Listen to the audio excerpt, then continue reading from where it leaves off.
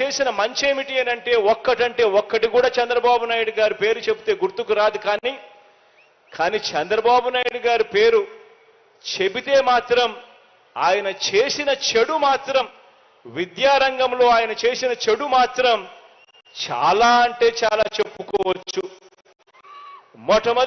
మొట్టమొదటిసారి గవర్నమెంట్ బడిని నీరుగార్చింది చంద్రబాబు నాయుడు గారు.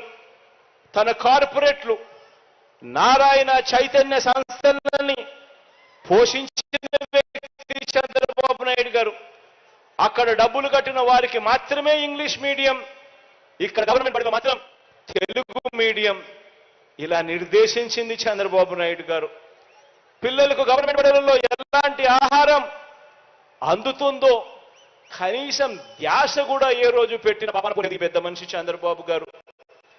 బైజూస్ కంటెంట్ ఊసే లేదు, పిల్లలకు ట్యాబులు ఇచ్చే ఊసే ఎప్పుడు కనిపించలేదు, డిజిటల్ బోర్డులు క్లాస్ రూమ్లలో ఎప్పుడు లేవు, డిజిటల్ బోధన అంతకన్నా లేదు, నాడు నేడుతో స్కూళ్లు బాగుపరచాలి అన్న తపన లేదు, ఆ కార్యక్రమం ఎప్పుడూ జరగలేదు.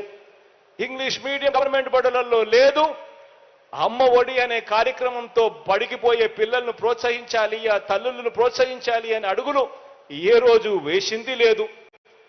పెద్ద చదువులు చదువుతున్న పిల్లలకు పూర్తిగా ఫీజులు కట్టాలి, 100% ఫీజు రీయింబర్స్మెంట్ ఇవ్వాలి, ఆ పిల్లలకు తోడుగా ఉండాలి అని ఏ రోజు చేసిన ఆలోచనలు లేవు. విద్యా దీవెన పరిస్థితి ఇలా ఉంటే ఇక వసతి దీవెన కథ దేవుడెరుగు. అంతర్జాతీయ విద్యా సంస్థలతో అనుసంధానం చేస్తూ మన కరికులంలో మార్పులు తెచ్చింది ఒక బోడి సున్నా. ఆలోచన చేయమని అడుగుతా ఉన్నా.